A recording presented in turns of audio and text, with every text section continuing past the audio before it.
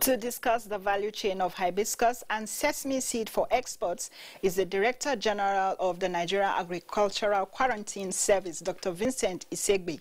You're welcome to Business Express. Thank you once again. All right. Okay. Yeah. So tell us the economic value of the hibiscus and how much revenue it generates for Nigeria. The hibiscus flower, incidentally, in the international market, is called Jamaican flower. Okay. Jamaican hibiscus. Okay. Probably because, you know... That's the one cultivated in Nigeria? Yeah, the way it was rooted and sold, you know, so okay. It has more of that Jamaican brand name than... yes. Okay. So it's currently one of the gold products, agricultural products that we have, and they use it a lot. In fact, it's like a national drink in the country of Mexico. They use it to flavor drinks. It's used in pharmaceuticals, you know, to add color, being an organic product, you know. So it's a high-profile selling commodity. And you agree with me, too, that here in Nigeria, we don't play with Zobo drink, too. Yes. It's made from hibiscus. So people who may not know the name hibiscus is the same thing as what Zobo. We use, yes, in Zobo drink. And you can see the number of cottage industries that are packaging, you know, this Zobo drink, you know, to sell to school children in supermarkets and in shops. So it's a high-profile commodity. It's one of the emerging commodities that the Nigeria Agricultural Quarantine Service is showcasing, like we discussed the other time. Though we had some issues with the exportation, but we have resumed the exportation even during COVID. Yeah, I was going to ask you, yes, what happened during COVID? We did. We are exporting. You were able to export? Yes. We have resumed the export of hibiscus already. Before the infraction, in 9 months alone, Nigeria was able to export 1,986 containers of hibiscus to just one country alone, Mexico. And that's about $35 million then. Dollars, not naira. Yes, dollars. So by the time you convert it to naira now, we're talking about 15 billion naira. Thereabout. So it's a commodity that we are proud, you know, to facilitate the exportation. And we are working closely along the export certification value chain for that commodity, you know, to model it and then to increase the export value. But how well is Nigeria doing in terms of the cultivation or production of the commodity? Good. That's where the export certification value chain comes in place. And that's what the Honorable Minister was talking about, the model that they want to put in place. Now, there are 5 critical operators in the value chain. Let me start from the Nigeria Agricultural Quarantine Service, you know, the producers themselves. You have the suppliers. There are 2 levels of suppliers. Then you have the exporters, and then you have the state government. So those 5 critical persons in the value chain have very critical roles to play in the success of the value chain. How have they been playing it? They've been doing well. So far, so good. Taking Jigawa state government as an example, immediately we approached them and we showed them, they took it up immediately, provided the necessary facilities on ground, you know, to be able to do that. We established the first plant health clinic in Jigawa. You know, the state government provided the facility. We are about completing the facility. And why we put it there, principally is because of the hibiscus. The plant health clinic is supposed to be like a primary health care, you know, for the human beings. So we did that for the plant.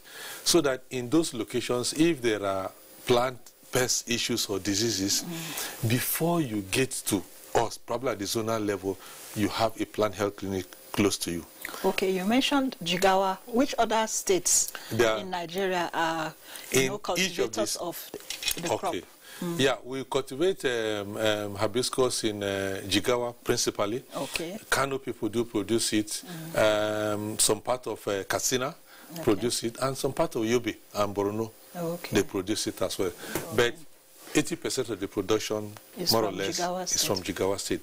But the commercial hub for the marketing is in Kano. You know, Kano has been the commercial center during the trans-Saharan trade, so that effect is still there, and it's one of the centers that they aggregate. Are there plans to, take this crop to other states? Or it has to be in Jigawa? Is there any special reason why it is mostly cultivated in Jigawa? In fact, I've personally taken seeds even to my state. To see which state is that? Benue. Okay. To see if we can grow it, because every state that is within the Sahel Sudan region should be able to produce it. Why it's necessary for the low humidity in the area is because of the drying. Okay. Once it is matured, you need a little bit of low humidity to enable the flower to dry. Okay. Because if the flower does not dry, it can grow mold and it can get spoiled, so the quality will be low. Okay. And that's why it seems like the growth is there. But again, we want to encourage other states to produce. You can produce and then industrially dry it. Okay. So that let's be innovative. But is there capacity to do the industrial drying? Those are the things they were looking at. Okay. We have to take one step at a time. What about the health clinics you talked about, or the clinic you talked about? The plant health clinics. Are you not planning to take it to other parts of the country as well? Yes, we first of all started with the 6 geopolitical zones, one location in each of the 6 geopolitical zones. Okay. Then subsequently we take another 6. Then another 6 as monies are available to us to put this in place. Okay. And the year 2020 has been declared internationally as the year of plant health.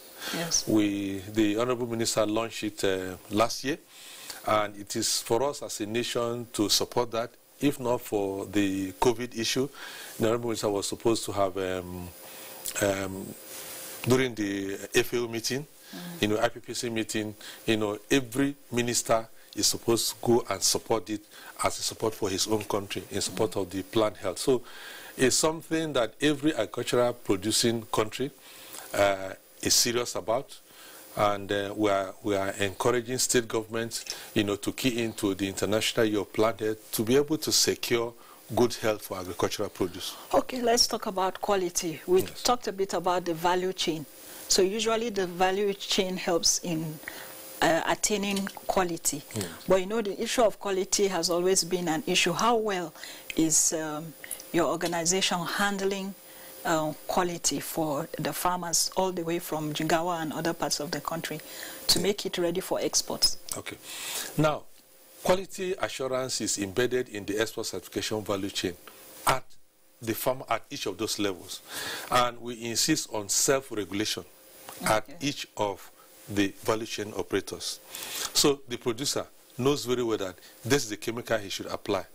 He should not apply that one. And at the point of harvest, he knows where to harvest, how to harvest it, how to bag it.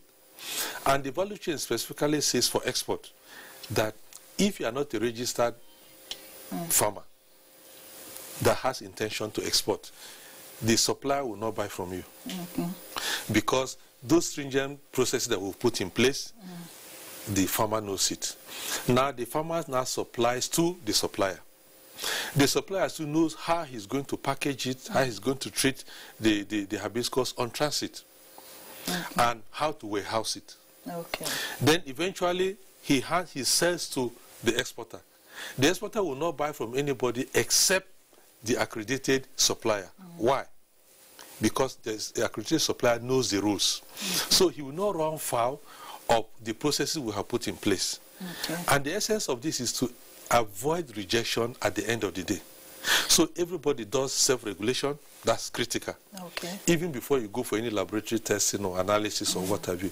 So with that in place, it enables us to be sure that there will be no body or no person along the value chain doing what is contrary to laid down rules and regulations. Okay. How will an exporter, get certification to export this plant? He registers with us. Okay. That's the chain.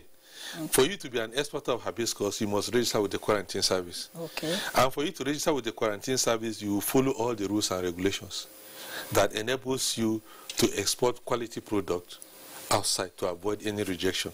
So it is those stringent rules that we have put in place that is helping to regulate and ensure that it's of the correct humidity, it's of the correct quality, correct color, it's pest-free. Because the issue we had that time was just a storage pest that got into one of the consignments. And it was because the market was good. People were making a lot of money out of it. So those that were not regulated entered the business. Okay. They didn't follow the rules. Okay. And a dead insect was found in... So, but you're now checking all those... That matter has been resolved. Okay. Let's go to the sesame seed. Yes. How important is it for export? What's the value for Nigeria's export? It's another premium commodity for Nigerian export. And the good thing about sesame today, it can grow from all the Sudano-Sahel region up to Kwara, Benue, Gombe, Taraba. They're all good for growing of sesame. And it's quite valuable. You have the seeds itself, you have the oil which is extracted and sold at premium.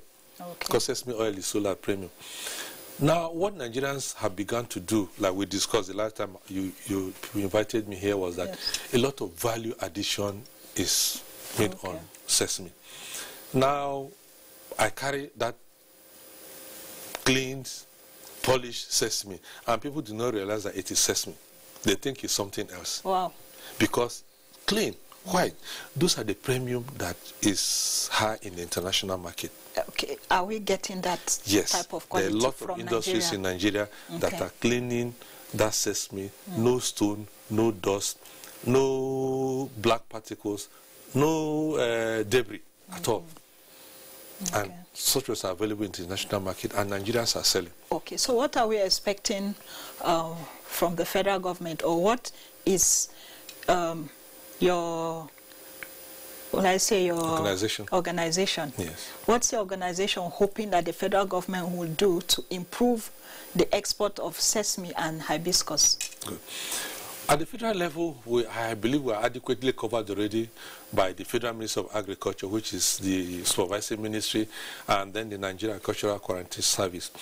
Most of the activity is now to the states. Okay. The states being one of the critical value chain operators, we are now discussing with them at various levels across those 21 agricultural commodities that we have showcased, for them to put those strategies in place. Because we cannot do much without the support of the state government. We need them to organize the farmers, we need them to group them, so that whatever we are coming, we identify those we are going to deal with. And it's easy for those people to self-regulate themselves because they are now an organization. So that is the area that we're in, that the spot that we're in now. And most state governments, are responding to this demand. Okay. Because at the end of the day, it's their farmers that will earn the foreign essay to bring back to their states. So I think it's a good thing. All right, lastly, before I let you go, are you afraid for these two crops with the COVID-19? Do you think that it's going to affect the production and subsequently the export of the product? Yeah, I won't say I'm afraid, but I'm concerned because of, the insurgency, which the federal government is tackling, and that's the major area where these two crops are produced. But I believe that we'll find a way out about the production. We may not be able to produce as much as we had done probably in the previous year, but with the insurgency level coming down, a lot of farmers will come in. Again, too, the second alternative we're looking at, if for some reasons we are not able to produce in those areas, how about other states down? So we are beginning to look at other states who are not traditional producers of these commodities to be able to produce.